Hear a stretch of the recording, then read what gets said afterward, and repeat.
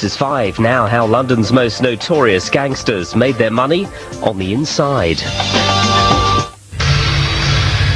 Looking like a wealthy businessman enjoying a private lunch at the gym, this is gangland boss Reg Kray in prison. Reg was running an empire from his prison cell. Still chairman of the board and running the family firm after 30 years behind bars. I think he earned £5 million in the 35. Like any company boss, the health of the balance sheet is the priority. Every day, payday to Reg Kray. It's business as usual, violence and money being top of the agenda. Their whole lives was about money. Money, money, money. To finance a lifestyle of privilege and favour behind bars. They were earning thousands and thousands of pounds per week while they were inside prison. Tonight, people whose lives have been irrevocably affected by the Krays talk for the first time.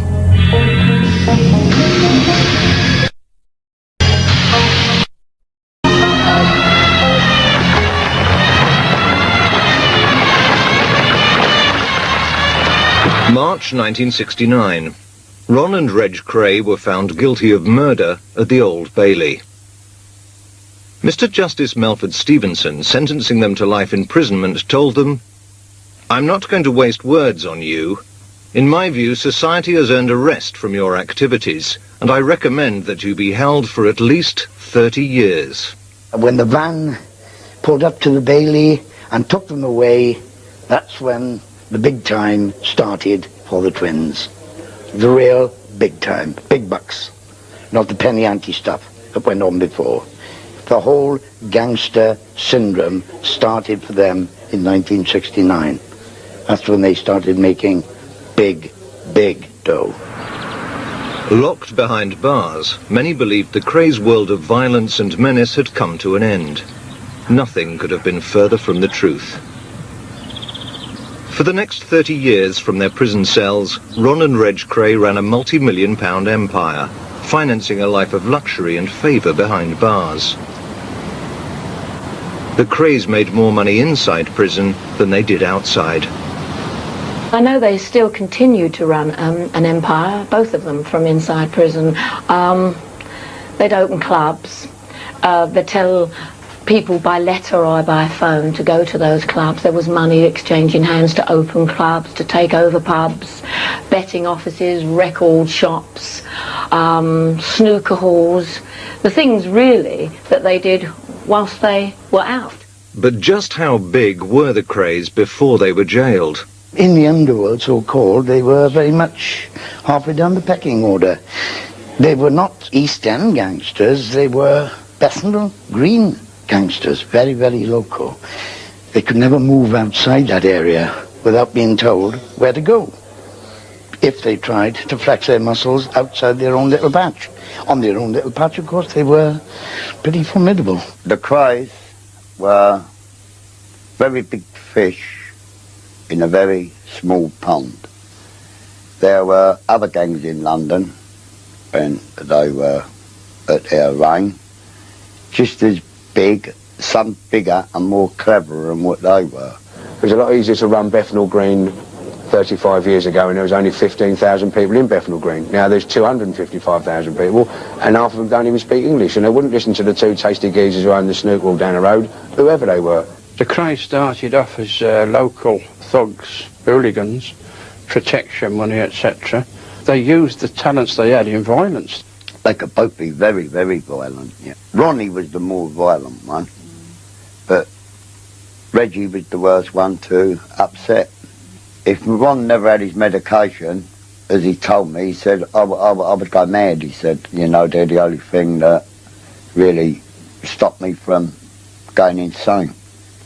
He used to rant and lose his temper, and his face used to really distort. But Reggie was very calm. He'd done things very coldly, you know. If he was going to stab you, he'd just stab you. I think where Ronnie would have killed in anger, Reggie would have killed in hate. I can remember someone coming into the club and Reggie Kray shoving a comb through their cheeks. Reggie had a long-tailed aluminium-type comb, steel comb, which he shoved through the man's cheeks, both cheeks, tied in a knot. They rolled him up in a carpet and took him out. They weren't rough, really rough people. They were quite gentlemen, you know.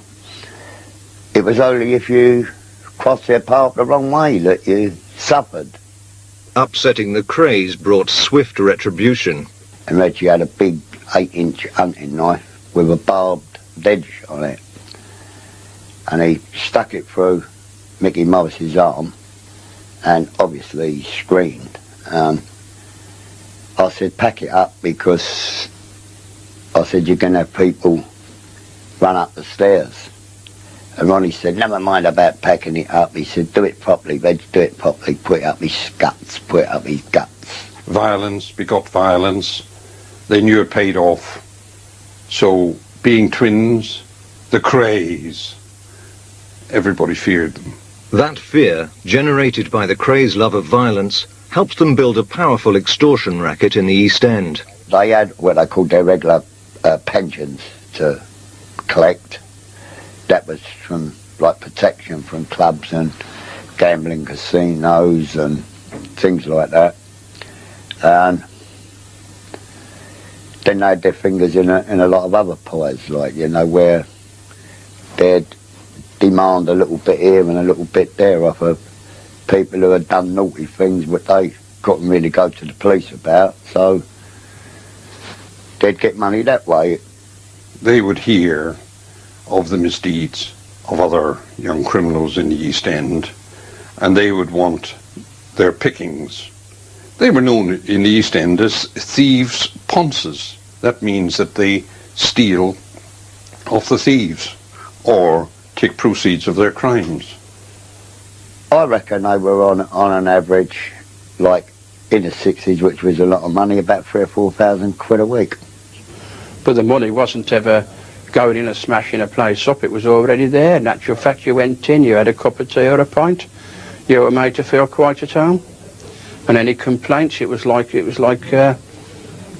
television repairman coming. People were looking forward to you coming. Because if they had any problems, they'd tell you the problems, you'd take them back to the Krays. And then the violent side of the Krays, or the people who carried out the violent side for the Krays, it would be passed on to them. The Krays' activities had now attracted the attention of the top echelons at Scotland Yard. Superintendent Leonard Nipper Reid was one of the special team ordered to bring the twins' reign to an end. Nipper Reid believed Sidney Vaughan was going to be one of his key witnesses. The police wanted convictions, wanted to use me to get the convictions.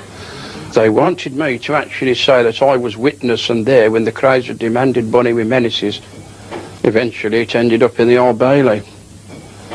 The evidence I gave to the court wasn't what the police wanted, so I was made an hostile witness. The case against the twins collapsed. Within hours they contacted Sidney Vaughan.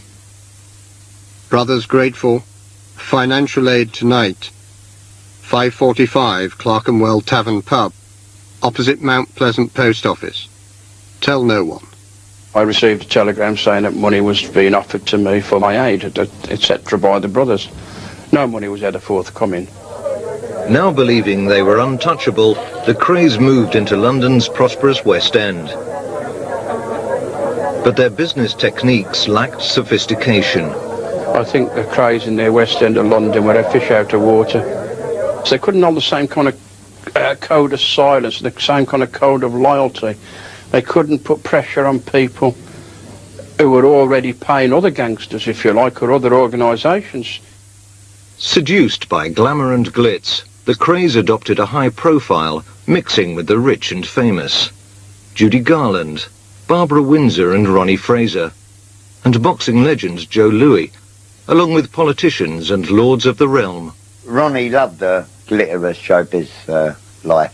When Judy Garland was here, they took her to one of the local pubs, and they had a piano going and that in the pub.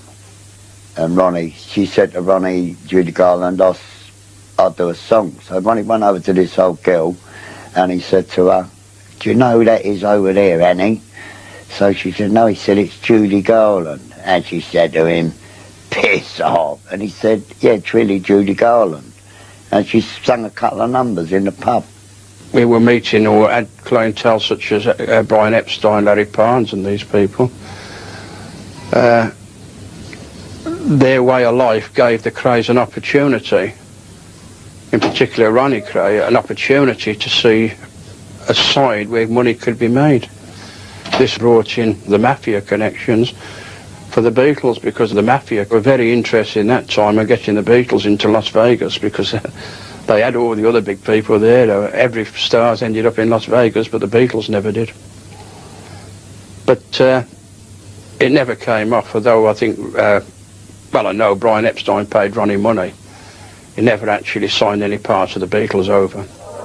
In March 1965, the Krays were forced to temporarily abandon the bright lights of the West End and go into hiding when Ron killed a rival gang member, George Cornell. Believing Cornell had made insulting remarks about him, Ron walked into the Blind Beggar pub in the Mile End Road and shot him in the head. George had no respect for Ronnie or Reggie. Well, well, well. Mr. Kray. He used to say that Ronnie was a big fat pup. He told May Morris, who was Mickey Morris's mother, that Ronnie was after her son for, like, sexual activities. Ronnie found out about this, and he was very, very angry. And it was about a fortnight later that Ronnie shot George in the Blind Beggar. You haven't got the bottle.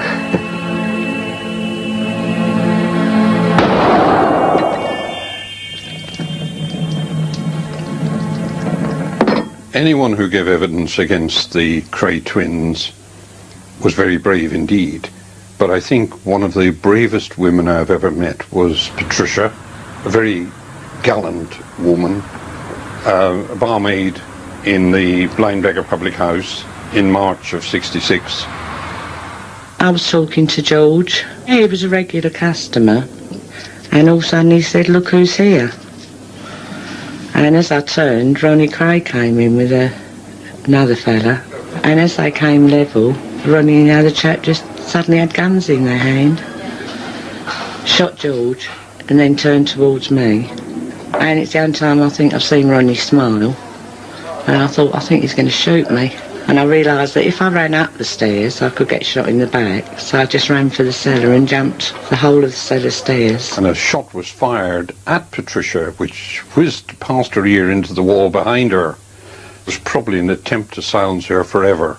And I was scurrying round there like a frightened rabbit. I was trying to get behind barrels, crates, and realising there was just nowhere to hide. And I've never been so scared in all my life.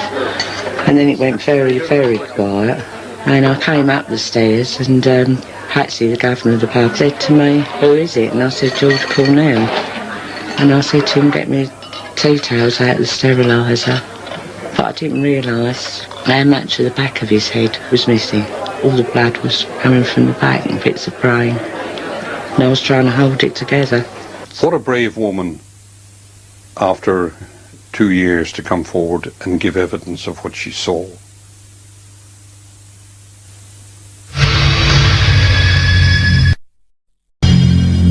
"18 months after Ron Kray shot George Cornell, it was Reggie's turn to commit a high-profile murder. The Krays commandeered the flat of a local woman, Carol Green, forcing her to go to the home of her neighbour and best friend, Kitty Diamond. Later that evening, local villain Jack the Hat McVitie was lured to the flat in Evering Road on the pretext of a party. When Carol returned in the early hours with her boyfriend, she walked into a nightmare. Somebody came up the stairs and said to me, "I'm sorry, Carol, you can't go downstairs. There's been a little bit of trouble and we're trying to clear the place up for you a bit. We don't want you to see it in such a mess." And there was a member of the firm walking up the lower basement stairs, and he had a washing up bowl in his hand. And the washing up bowl was full with water. but you could see that the water was absolutely running in blood. I was made to go and wait in my bedroom. I could hear various noises outside. There was people up and down the stairs, and at one point it sounded as if somebody was being dragged along somewhere. And also, I'm sure at some time I heard somebody say, "Have you got the hat?" or "Don't forget the hat." And that is when Jack the Hat immediately came into my brain, because you always associated Jack with his hat. My boyfriend obviously was also sitting there listening to all this that was going on, and he turned to me and he said, "I'm telling you, they've topped someone." And I said, oh, please don't say that, they wouldn't do that here. But they had. She was ashen, and I said to her, "What's the matter?" And she was crying and hysterical, and she said, "I think they've killed Jack."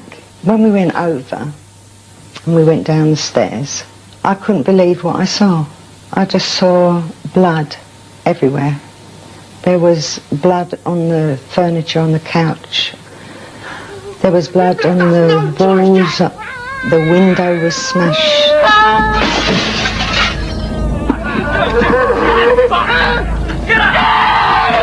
There literally was blood everywhere. It looked like a slaughterhouse. Reg stabbed Jack the Hat in the neck, severing his jugular vein. About 6 months after the murder, I was told that Reg would like to see me, and I went down there, and he was there with about 4 or 5 of his henchmen, and so-called. And he said to me that he'd heard that I was saying that they'd killed Jack the Hat. And I said, no, I hadn't. And he said, if we find out that you have, we will kill you and your 3 sons, and we won't think twice about it.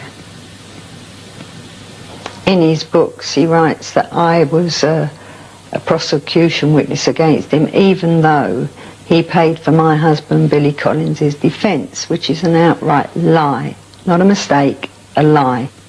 The flourishing combination of lies, myths and rumours which followed the murders of Cornell and McVitie enhanced the Krays' reputation. People wanted to really know what the Krays were about. Was it true that they were 6 foot deep voices? Was it true that they were killers who had bodies under every motorway flyover in the UK? Was it true that they'd killed 20 or 30 or 40 or 50? How many bodies were around? Who knew? When we all talk about the number of people the Krays killed, they didn't necessarily go out and kill these people themselves, but they got others in to do the jobs for them. They had their own personal things, but they didn't go around smashing everybody up. Only the people they didn't like personally. The others was just business to them.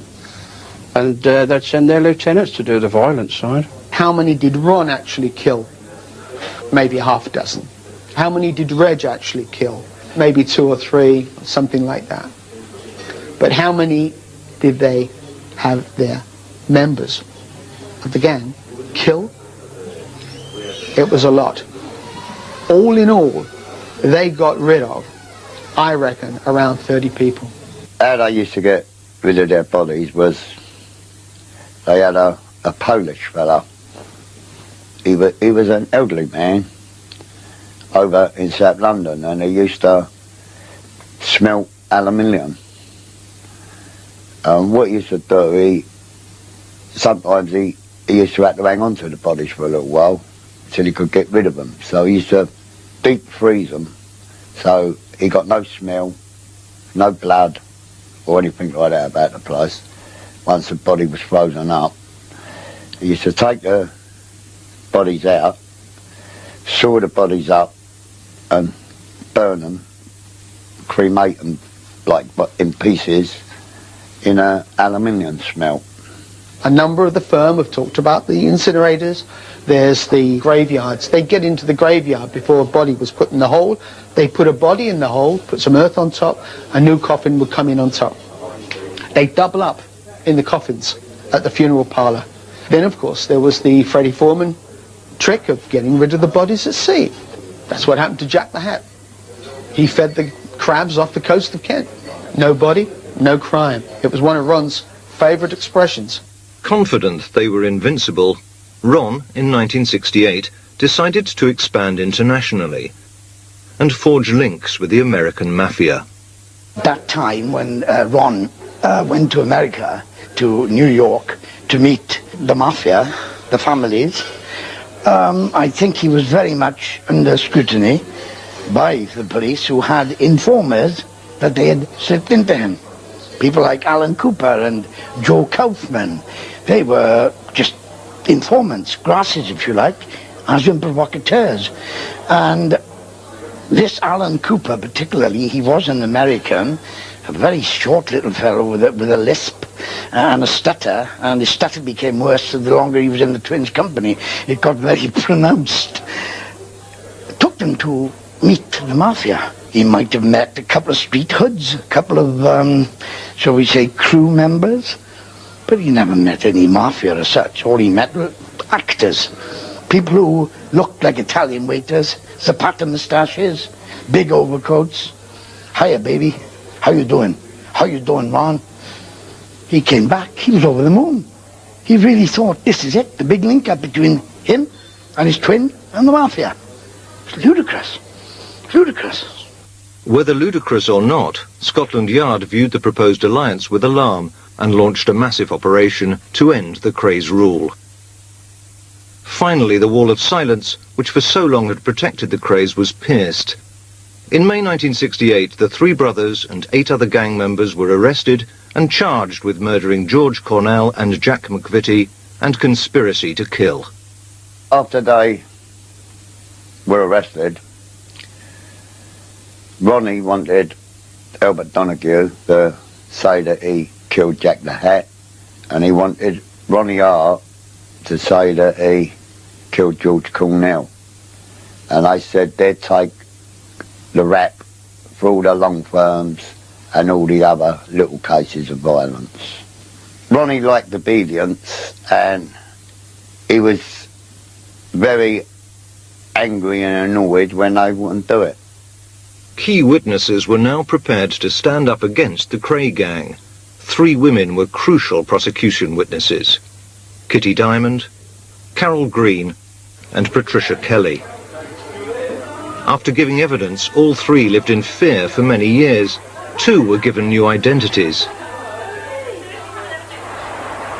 After an 8-week trial, Ron and Reg were jailed for life. Charlie was sentenced to 10 years. As they were driven away to start their sentences, many believed Britain's most dangerous organised crime empire had finally been smashed. But they could not have been more wrong. They weren't organised. They were the most disorganised criminals prior to 1969, certainly I've ever heard of and knew of. But since the incarceration, then it became a real organised enterprise. The Kray Empire started in April 1969. In episode 2, how the Kray Empire flourished and grew behind bars. So part 2 of our series on the Krays, their empire behind bars.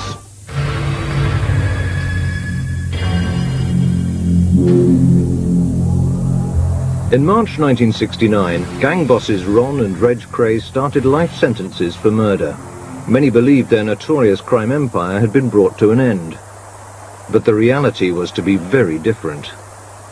They were still wheeling and dealing from inside prison. It had just moved. The only problem was, for the Krays, that they had to get other people in to do those deals. You know, the network, the people behind the Krays, even though they were locked away, was still ongoing. There were still plenty of people who were out there willing to help them and willing to do, things for them. He had his own phone, if you like, his own private phone, where if he wanted that phone, nobody else would use it until he used it. Now, he would use that phone and he would make probably 20 or 30 calls between 6 and bang up, which is about 7:30. We're supposed to have about 7 phone calls a week, but it all depends. Me and Reg go through 40, 50 a day sometimes. A day. Conducting business over the phone was not the only way Reg issued instructions. After honing his fighting skills in the prison gym, Reg, who was a professional boxer in his youth, regularly summoned people to meetings. He would have 7 or 8 visitors at one time, where he's only allowed 2. But he would farm out the others on other people's VOs, visiting orders, but they were all there ostensibly to see Reg, and they would do the rounds. When Reg is done with one visitor, and they go on their way, and they'll call you over, you get up off of the table and go and sit down, and you have your chat with Reg. And we'd go round like musical chairs. And sometimes visitors went maybe 200 miles to see Reg, and they had maybe 3 minutes of his time. And if they couldn't come up with what he wanted, they wouldn't get 3 minutes even, you know. He was very, he was chairman of the board, really. It was a business meeting. It wasn't a visit. Reg wasn't in jail. Reg was in his boardroom. He hated Easter. He hated Christmas because he would have to take 2 or 3 days off from his business. Then he would ring, should we say, day after Boxing Day, say, thank God I can get back to business. So boring, these holidays, aren't they? It was quite Python-esque, but it happened. And Reg was very much money first, last, and in between. And he didn't care who got it for him, or how they got it, or as long as they got it. He always said, I am the one who makes the rules. I do the business. He was the boss of crime. Reg was issuing contracts on people to stab them, to shoot them, to do something to them, to make sure that they knew that they weren't supposed to do that again. That's the way Reg Kray was. So he was paying people to do things outside of jail. I had muscle for hire in my job. I had 500 doormen that were fighting 2 or 3 times a night on the door of a nightclub, and to go and give someone a good right-hander 400 and 500 quid, they were for hire. And he felt it very easy to then call that upon me. I then didn't want to do it, but like in anything at all, once you've done something once, it's really hard to not do it again. Anyone wanted to he wanted sorted out whilst I was around for him, I'd get it done. You know, people use this word contracts, but like, we're not talking about contracts to kill, but you know, anyone needed livening up a little bit, it'd be me to get it, I'd either do it or sort it out for him. When Ron Kray was attacked by Peter Sutcliffe, the Yorkshire Ripper, in Broadmoor, Ron wanted to call it a day. Ron said, look, it's over with, forget it. But Reg could not forget. Somebody had attacked his twin brother. It was Reg's reputation that was on the line. It wasn't Ron's. It had nothing to do with Ron. So Reg said, right, I'm going to get this guy. He found somebody who was going to be transferred to Broadmoor. He issued a contract on Sutcliffe. And this guy stabbed Sutcliffe in the eye. A court later ruled that the attacker, a friend of Reg's, was mentally disturbed. Reg never stopped intimidating people, in my view. When he got comfortable with me, after a year, he started asking me to intimidate people for his own gain, of which I did. The first thing Reg asked me to do was go around and evict someone that shouldn't have been in a house for another friend of his. Reg had told us to go there very early on a Sunday morning, knock on the door, give him the worst hiding he had ever had.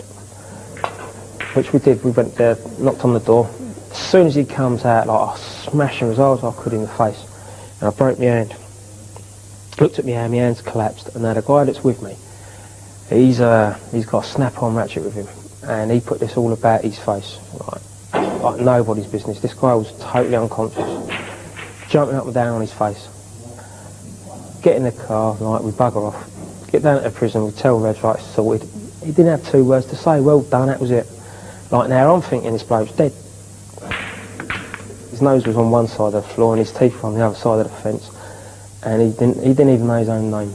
And Reg didn't give a monkey's to tell the truth. And as far as he was concerned, he was doing a favour for a little boy in a prison that was doing him favours. One of my sons encountered Reg Kray in Parkhurst prison.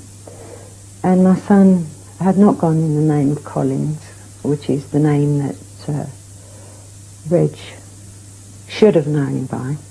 He'd gone in his surname of my second husband. But that didn't stop Reg going and saying to him, your mother gave evidence against me at the Old Bailey. And somebody ran past him and sliced his face open with a razor. Reg Kray was what I would call a manipulator of people.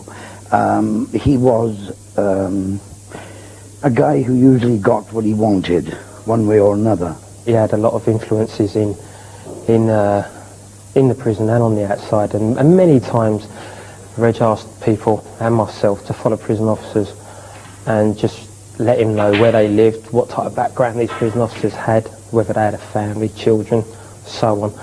And then he would use that as intimidation for prison officers when he was on a visit, to turn a blind eye to any packages or any money or anything that shouldn't have been happening. Could you please go and see someone and make sure that he doesn't call me a dirty, stinking killer? Because it's not true. I'm not a dirty, stinking killer. I may have been a killer, but I wasn't a dirty, stinking type. Could you please go and see him or ask someone, maybe you'd throw a name at me, to make sure that he doesn't say it again, please? Nicely, of course. And this happened. I was owed money at one point by an agent whose name he won't mention, but I think he knows who he is. Owed me quite a considerable amount of money. And for months I'd be saying, you owe me money. He said, oh, Richie, you'll get it when I got it, blah, blah, blah. And in the 2 days after I'd been to visit Reg, it'd been in the papers that I'd been to visit him at Maidstone, and the following day I got a cheque from this agent.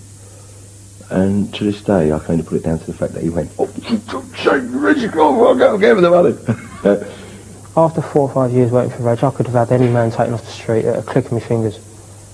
And I felt more powerful than I ever felt in my life. And it was unbelievable. It was a feeling of, I felt untouchable. I was touchable. I was very touchable. But you don't see that. To succeed at something like the twins have succeeded at, on the scale that they have succeeded, you can't do it without a hint of violence, a hint of menace. And believe you me, the twins were the original merchants of menace.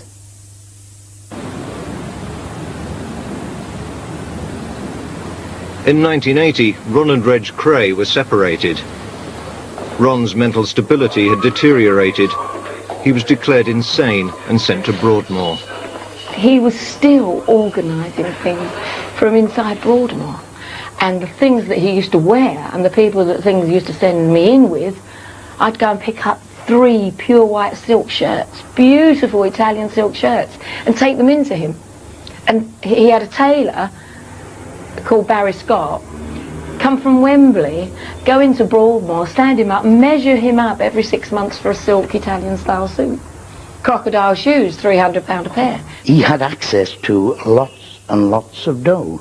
He had his bank accounts, his building society accounts. He was a little more, surprisingly, a little more shrewd than Reg in that respect. I remember being called out one day to Broadmoor by the canteen man. I was with Charlie Kray at the time. We'd had a wonderful visit. He was never in a good mood with Charlie Kray, Ronnie. He'd tell him off and have a go at him at the table. But this particular afternoon it was good. As we left, the canteen man came out and said, Charlie, can I talk to you for a moment? Say, well, what's the matter? It's about Ronnie's bill. Well, how can you have a bill? He used to drink 4 non-alcoholic lagers, which was, of course, all you were allowed in there. Barbican, their name was. I'd have maybe 2 teas or 2 coffees. Charlie Kray would have 2 teas and 2 coffees. He said, well, his canteen bill is £900. Now, we used to have the visits in a hall, and next to the hall was a shop. Now, I'm talking about a shop, not a little shop, something like Marks and Spencer's. In that shop was clothes, lighters, cigarettes, sweets, chocolate, no drink, no alcohol, nothing like that. Trainers. It was and a guy who ran the shop, funny enough, his name was Reg. Ronnie was always in the shop buying lighters and get them engraved and send them to people. Christening mugs, he heard someone had a baby, he'd go in there and say, Reg, would you send a christening mug and engrave it and put it on my account? One day, I'd just come off a visit seeing Ron, and the guy who owned the shop, little Reg, called me, he said, Jack, he said, can I have a talk to you? I said, certainly, Reg, what's about? He said, would you like to come in my office, you know? So, went in his office, sat down, he said, I'm a bit concerned, Jack. I said, what's the matter, Reg? He said, Ronnie's run a bill up at £7,000. I said, don't worry. He's going to get £500,000 shortly for the movie. He'll be paid. He went, oh, all right, Jack. And he, and going out the door, I said, oh, by the way, is he all right for his more credit? He went, don't worry, he can have as much as he wants. He was known in Broadmoor as the watchman. He used to ask his visitors, please could you bring me in a watch? And he didn't mean a penny ante watch, he meant an expensive watch. Then I'd go with the guy and he'd sit down. Ronnie Kray, this is Joe. He'd like to meet you, shake hands. The eyes used to light up like a kid in a factory of sweets. Oh, I like that watch. Could you get me one like that? To which, you see, any guy looking at Ronnie Kray, sitting there going to be there for 30 years with no hope of being freed, would go, oh, have one. You can have it. If you wore anything and then he liked it, you had to give him it. That was it. And when you think about it, doing 30 years, keep him happy we used to do it, Because let's face it, he was doing 30 years, we weren't. So we get, and I had this beautiful coat on. He looked down, he went, oh, Jack, he said, what a beautiful overcoat. And I knew he wanted it. I went, Ronnie, I'll leave the coat at reception for you, Reg Kray visited his brother every 6 months. The transport would be laid on. He'd have 2 or 3 or maybe 4 heavy guards going with him for the ride.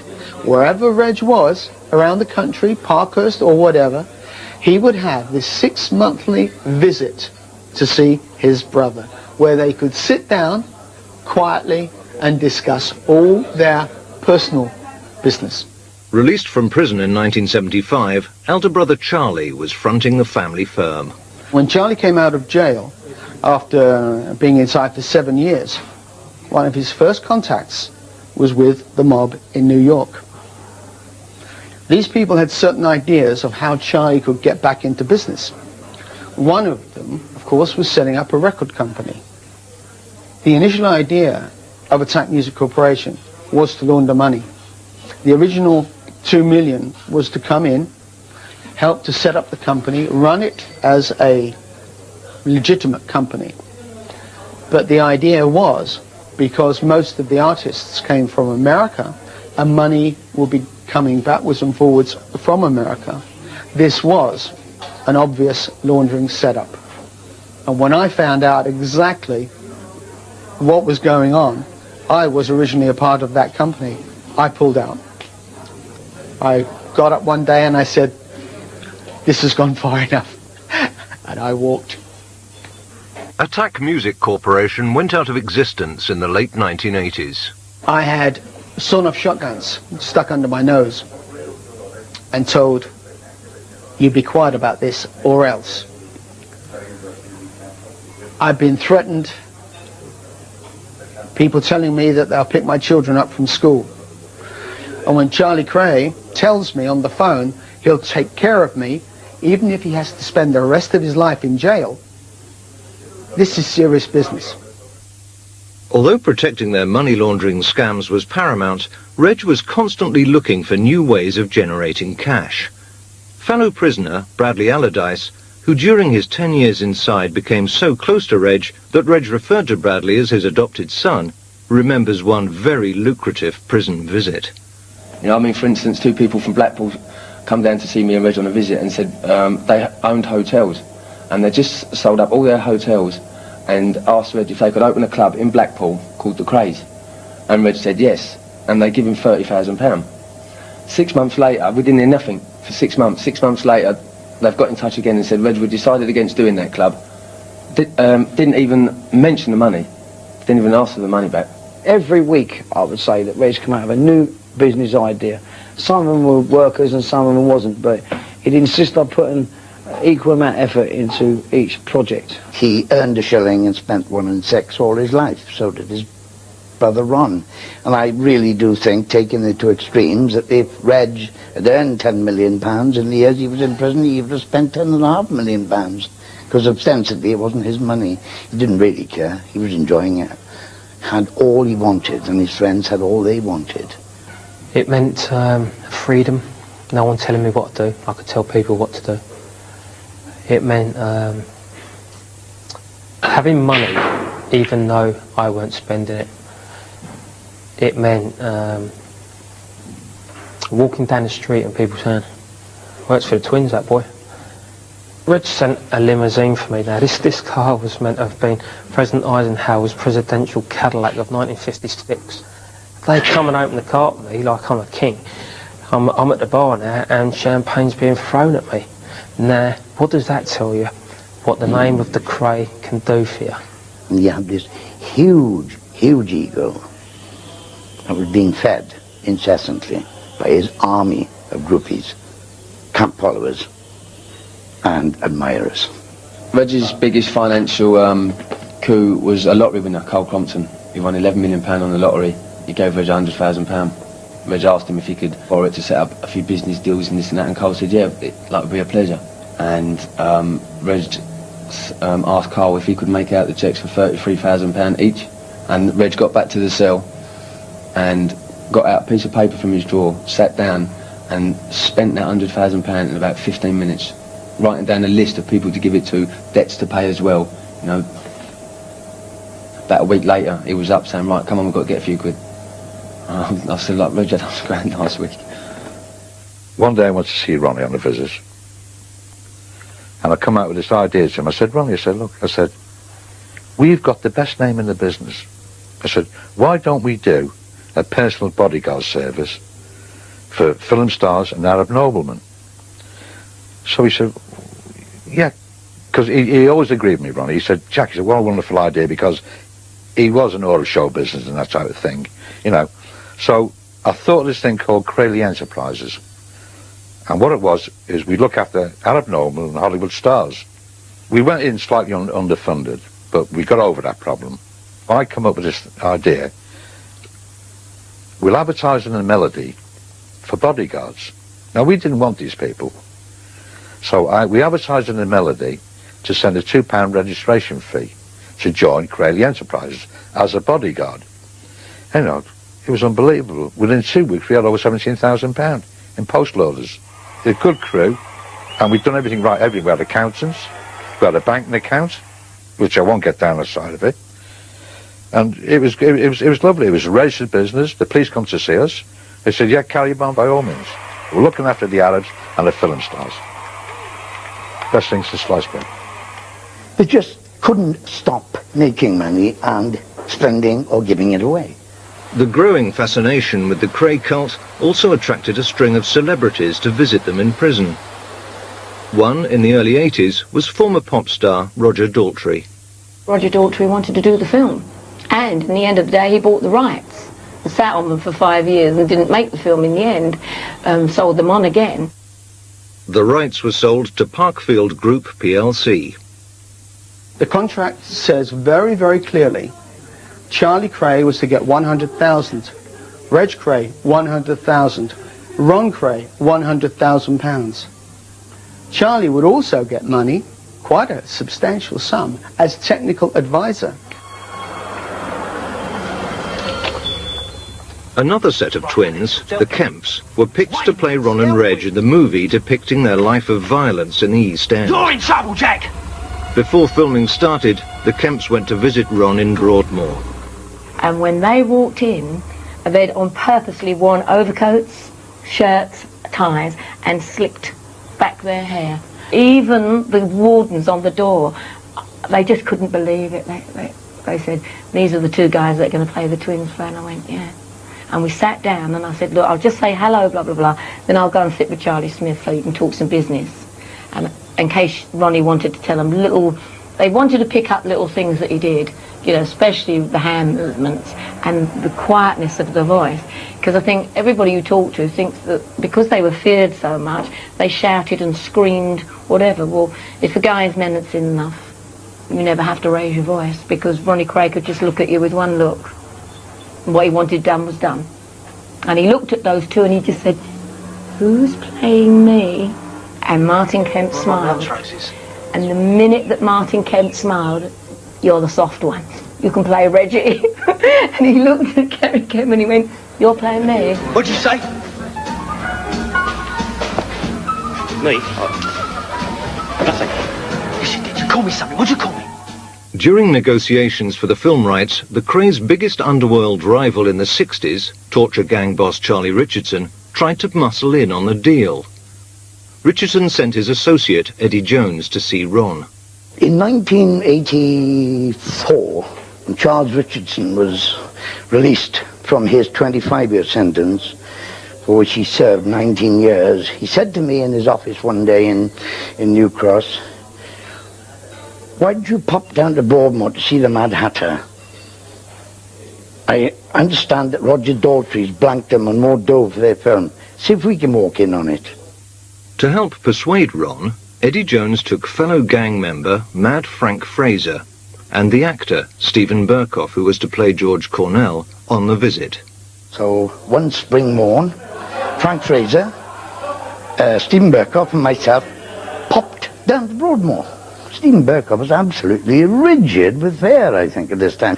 First question Ron said to me was, "Well, why doesn't Charlie come to see me? Charlie Richardson." Well, I said, "It's very difficult, Ron," I said, "for him to come and see you, isn't it? You know, you shot George Cornell. Frank, you know, who worked for Charlie, he was a good friend of Charlie's. Olive, George Cornell's wife, is still around in Peckham. What's he going to tell her if he bumps into her? Oh, I went down to see Ron last week, Ron Kray. I mean, he can't do it, can he? Let's be honest." To which Ron Kray replied, "Well, it's nothing personal, you see, in those days. What you've got to realise is, I shot George Cornell, but it wasn't personal." And Frank Fraser gave a classic reply to that. He said, "Well, in my book, Ron," he said, "shooting a man in the head and killing him," he said, "and blowing his brains over the bar of a pub is the most personal thing you can ever do to anyone. It's the most personal thing I've ever heard of." The success of the film glamorized the Krays' violent exploits, creating a wave of hero worship amongst a younger generation. In episode 3, how the Kray movie created a new money-making era, and they cashed in big time.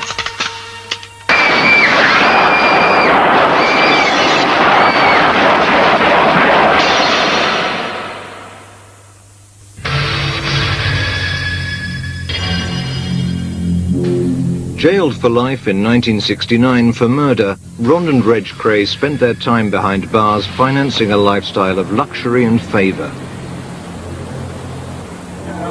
By the mid-1980s, the world outside had changed, and many of their original money-making activities began to dwindle.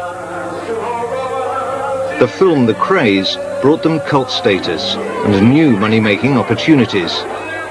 One of their most successful scams was celebrity parties billed as charity events. It was an attempt to give the three Kray brothers a Robin Hood image as they extracted money from hero-worshipping groupies. I've got £80 from the lady down the bottom there.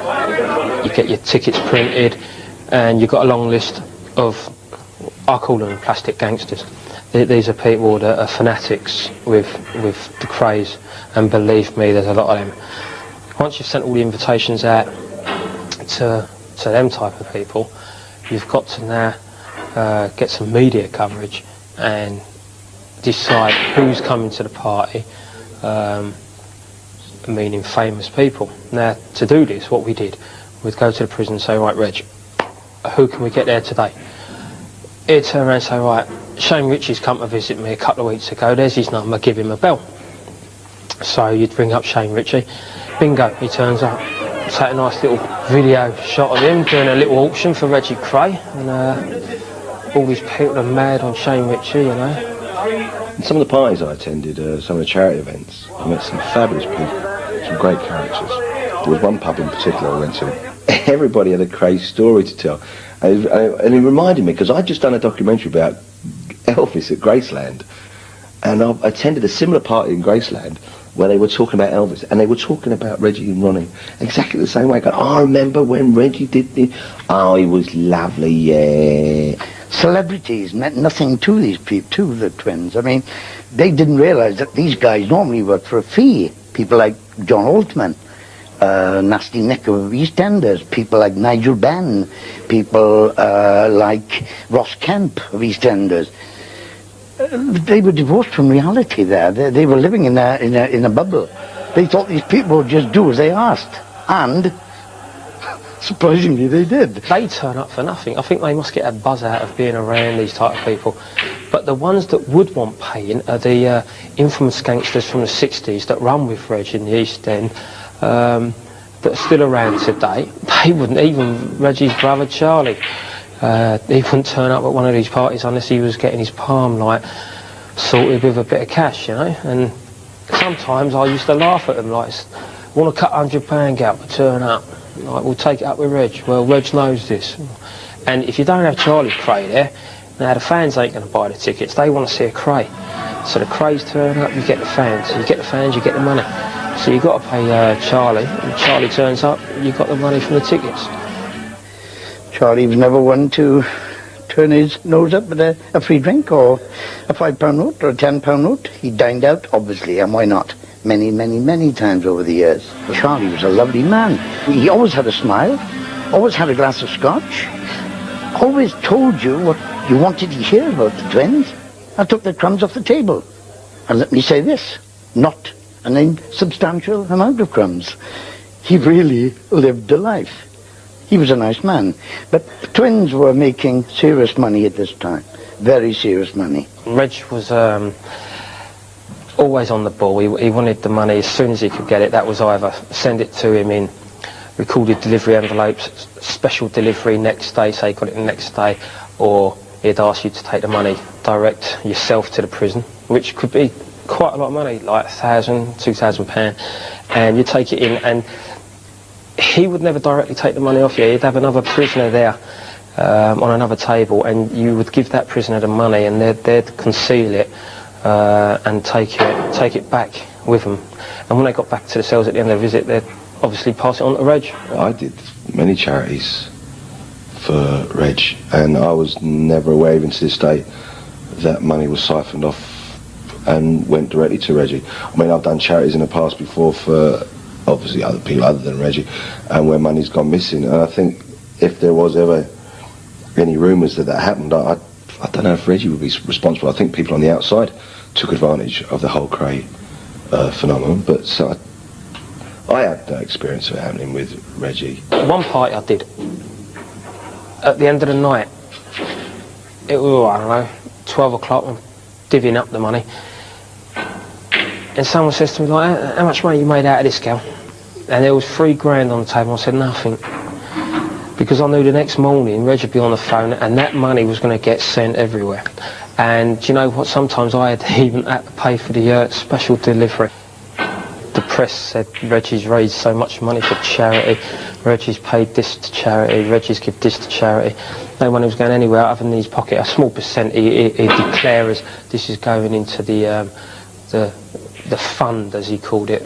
There was a young boy, I can't remember his name, from Nottingham, and he suffered from muscular dystrophy, and I think generally they did send him to Florida, but that's before I knew Reg. I did a party in Newcastle which raised £2,100 for Terry Moran, the Burns boy, and as a result of that Reg asked us to do a second party, basically to raise money for himself, but this was obviously something which I'd strongly disagreed with. Ronnie and Reggie Kray said to me, well, look, you can go along there and do a raffle for your charity, but we want some money.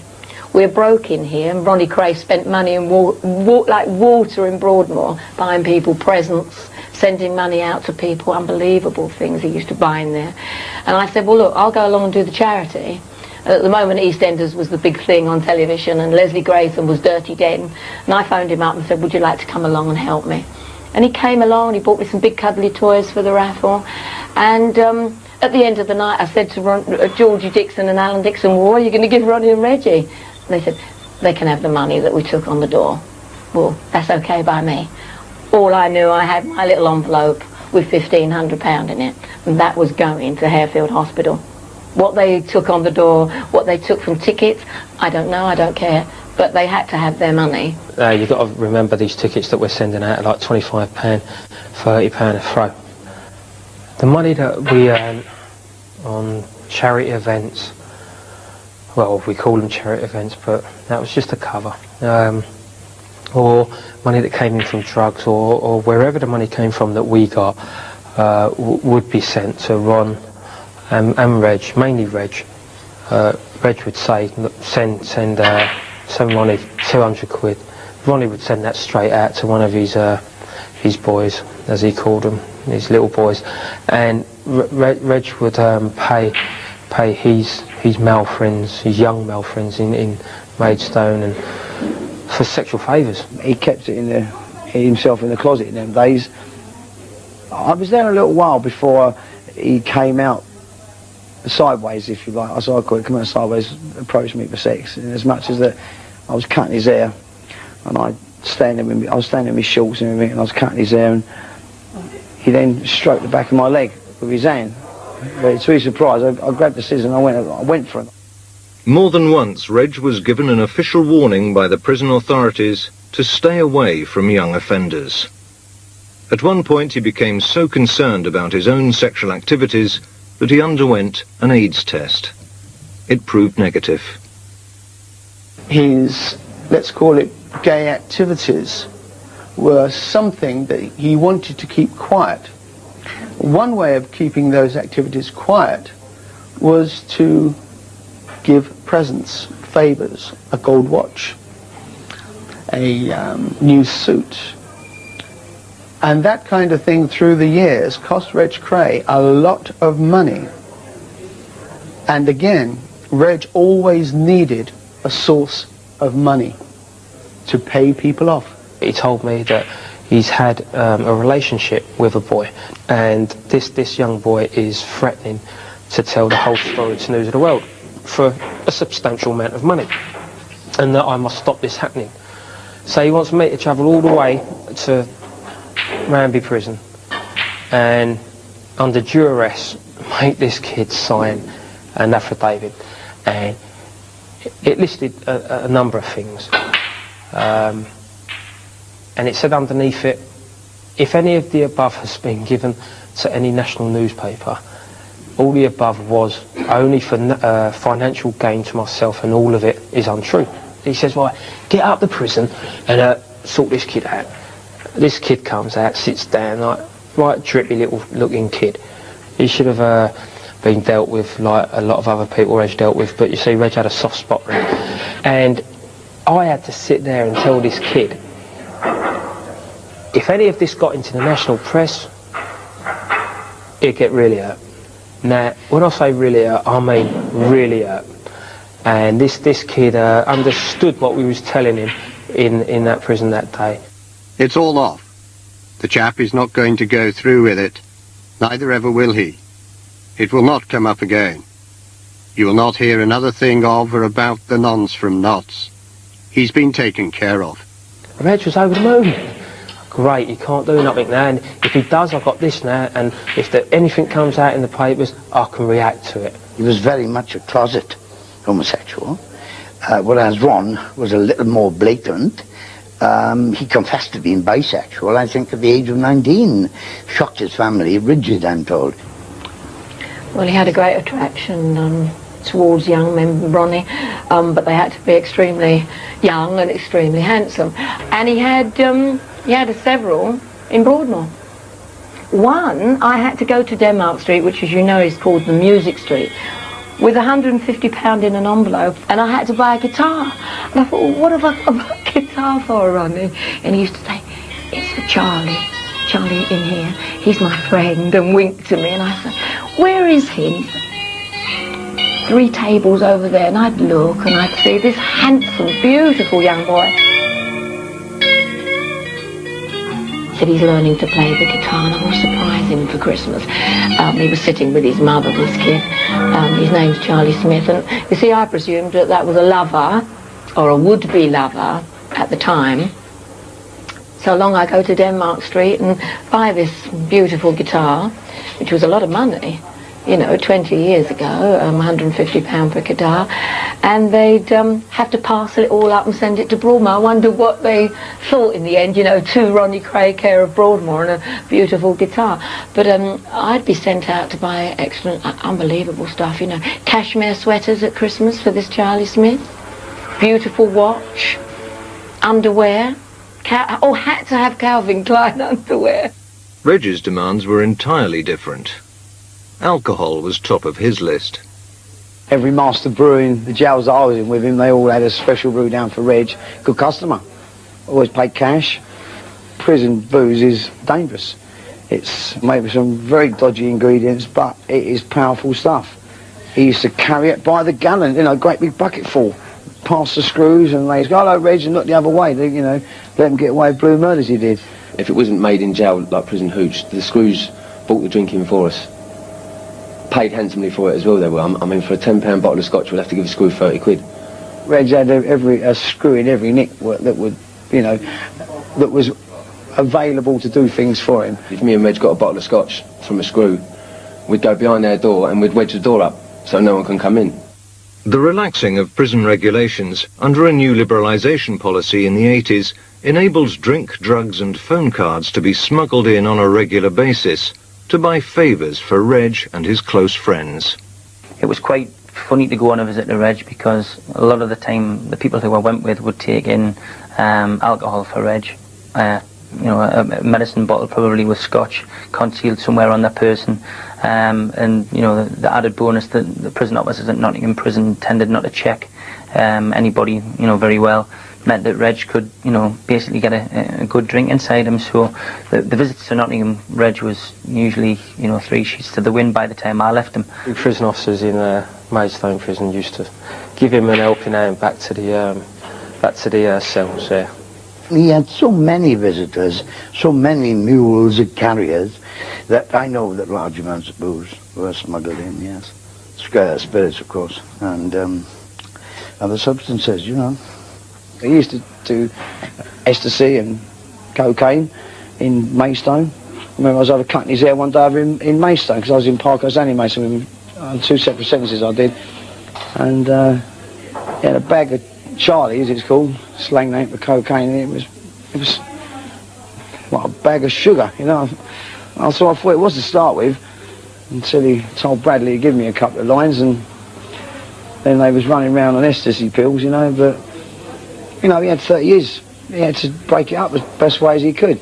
I know he called me many times between 6 and 6:30, and he'd usually had a drink by then. Hooch, of course. And he was normally quite slurring with his speech, and he would get a little more aggressive in his tone on the telephone than he normally would. And this is his business hour, I think, between 6 and 7, where he would bark out his orders, if people could understand him, and if he was, if you like, nasty in his tone or threatening, that was the time that it would come out. You know, there was no limits on his screaming and shouting, whether you was a day late with his letter, whether you didn't drop off a load of money or collect some money from someone like you should have done, or whether you went round and had a word with a geezer like he told you to, or didn't do it, the shouting from him was all the same. It's all straight up to volume 10. Yeah, would you do this? Please? Effing please? Do you effing mind? Kind of thing. And then he would calm down and say, right, thank you very much. I've got to go. I'm going to a party now in someone's cell. I mean, he enjoyed it, you know, it was his party. Ron Kray died in 1995, and the underworld turned out to pay its respects. His funeral was said to be the biggest London had seen since the death of Sir Winston Churchill. Security was paramount. Reg arranged every detail, going to extraordinary lengths for the brother he called his other half. But Reg had an ulterior motive. I just remember the vicar saying, you know, he's ashes to ashes, dust to dust, and the coffin getting lowered in, and then the bizarre sight of people who I knew had respect for the family and respect for the twins taking photographs, and somebody with a video recorder, and I was thinking, just how bizarre is this, you know? This is a funeral, this is where you're paying your respect to somebody who you're supposed to have feelings for, you're supposed to feel close for, and you're standing with a video camera videoing it in. It wasn't until later on that I realised that it was all part of Reg, and Reg is, let's make some money out of my brother's death by doing a video. Reg's hopes of making money out of another big occasion, his wedding to Roberta Jones in July 1997, were dashed when prison authority was an attempt to impress the parole board. I, on his behalf, trademarked the name the Kray twins, and Whether or not a court would have agreed with an action that may have been brought for breach of copyright, I don't know. But at least he had control. And if he saw his name being used either in a book or on a piece of merchandise, etc., that he didn't know about, that he hadn't sanctioned, then he would go ballistic. The merchandising really generated hundreds of thousands of pounds. They sold everything, from photographs to cufflinks to scarves to t-shirts to big placards. They sold anything they could do with a double R on it. They would have belt buckles made with a double R on it. They would have pins you could put in your lapel with a double R on it. Calendars, picture discs, tea towels. We done prints of a painting that by Paul Lake. I paid Paul Lake £1,000 out of my own money to get that done. Then I paid to have the prints made up. And we sold them on signed. We got the twins to sit in their cells and sign up these sticky label things, and we stick them either side, one from Ron, one from Reg on it. We were charging, I think it was £195 for them. Anything they could make money on. And there are a lot of people out there who not only were willing to make it and make it at a reasonable price, there were a lot of people who wanted to pay for it. And there are still people today buying Kray merchandise and memorabilia, even on the internet. I just keep picking bits up off the internet and keep buying it and draining my pockets.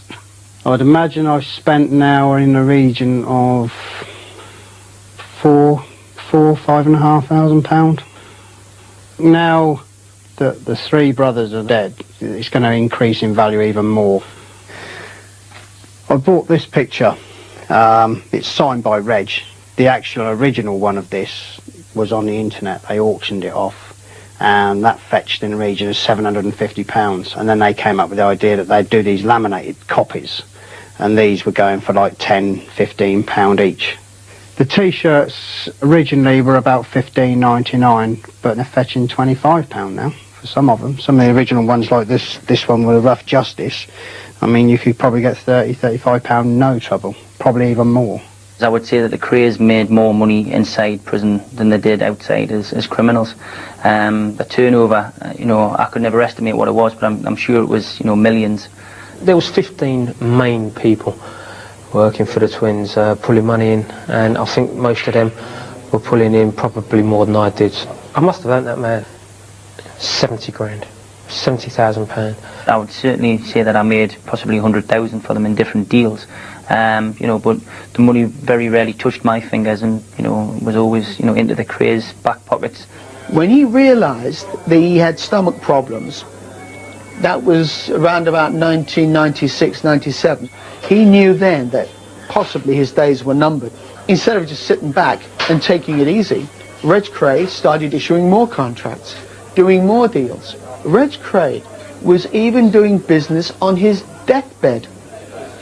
It was a huge amount of money, 200,000 plus, for his last confession. A nice little earner for a killer.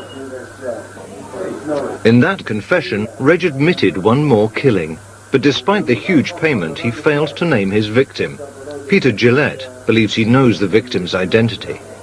He didn't elaborate on the programme, but 16 years ago, Reg burdened me with the secret of this other murder he did. It wasn't a villain, it wasn't a policeman, it was a young boy, a young gay boy. It was before they went away. Obviously there was, when I was still living in Vannets Road, I believe. This boy had got into bed with him, give him a blowjob or whatever you want to call it, give him head, and he'd found it, he'd enjoyed it. I think he's disgusted himself at realising that he enjoyed that sort of thing, and it showed him he was gay or bisexual. Well, he shot the kid.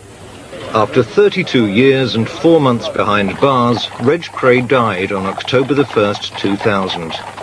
5 weeks after being released by the Home Secretary on compassionate grounds. He's buried with his brothers in Chingford Cemetery. I think even now the three are gone to the great criminal empire in Skye. I think the bandwagon will continue to roll and roll and roll. It will expand, it will gain speed, people will come, they will feed off it and into it, and it will always, I think, remain a money spinner for all concerned. Long live the Krays. The Krays are dead. Long live the Krays. Thank you for watching. If you enjoyed the video, please join our Facebook group. It's called Krays Crime Lords of London. We're a friendly, moderated group with over 1,000 Kray and other celebrated gangster videos available for view. There's also thousands of images in the photos sections. The link for the group is in the YouTube description section.